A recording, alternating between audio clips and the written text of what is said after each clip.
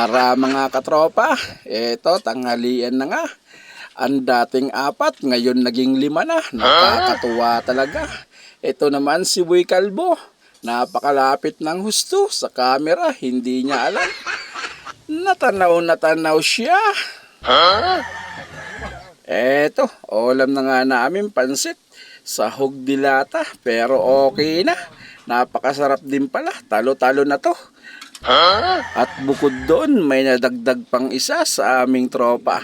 At mukhang malakas din siya. Malakas kumain talaga.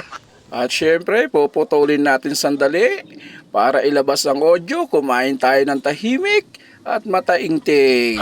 Let's go!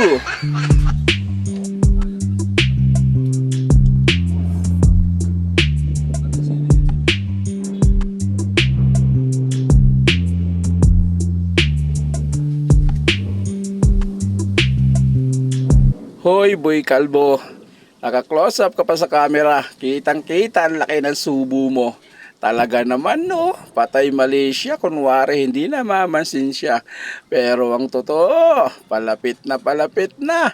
Mukhang matatapos na. Baka mamaya pati plato masubo mo ha. Wow, wag naman sana. Joke lang, nasabi ko lang yon pero wala naman akong basihan. Pero okay lang yon, tropa naman wag sasama loob ha.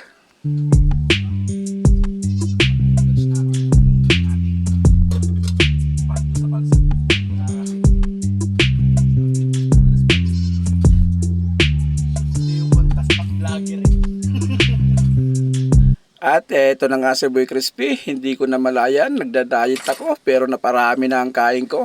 Napakasarap naman talaga kasi nitong pansit sahog dilata. Ewan ko lang kung talagang lata o laman ng dilata ang sahog nito mga katropa. Joke lang, isa itong corned beef, isinahog namin sa pansit. Pero okay na, solved na solved, napakasarap din pala.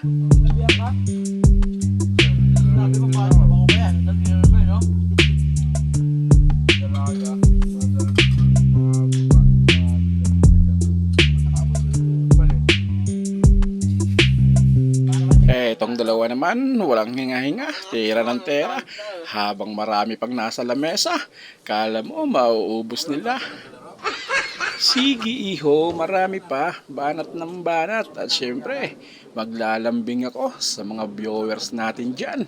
Pakishare naman ang video ito at isang like naman dyan. Maraming salamat po sa inyo. Hanggang sa muli, mga ka-crispy.